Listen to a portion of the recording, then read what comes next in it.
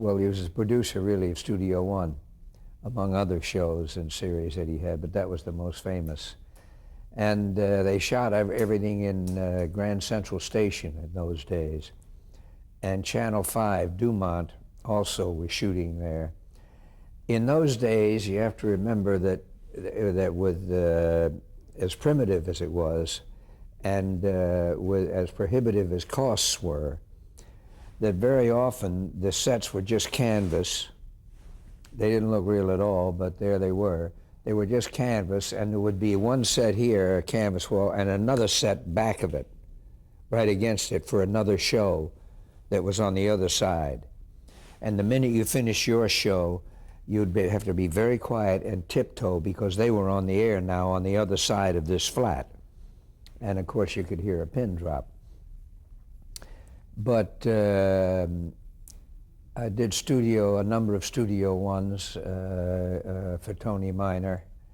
He was a lovely man. I remember at one point he was going to do another series. He was kind enough to ask me to play the lead in this series.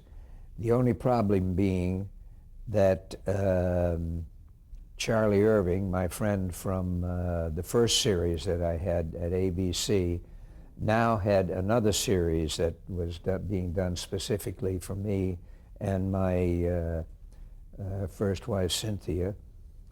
And so I had to go to Tony and say, Tony, I can't do it.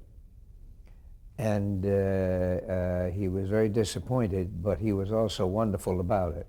And he wished me all the luck in the world and walked me out with his arm around me and said, go get him. What do you think made him special? Well, I think that he had a wonderful literary mind, and as well as a good theatrical mind. He knew what was good material for television. Right. Whatever television was at that point, it never occurred to me. I would just read a script and look at the part and say, yeah, boy, that's got a lot of lines, that's a good part. I was not anywhere near as discerning, hopefully, as I became.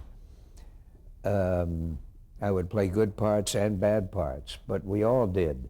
Right. The main thing was to work and be seen.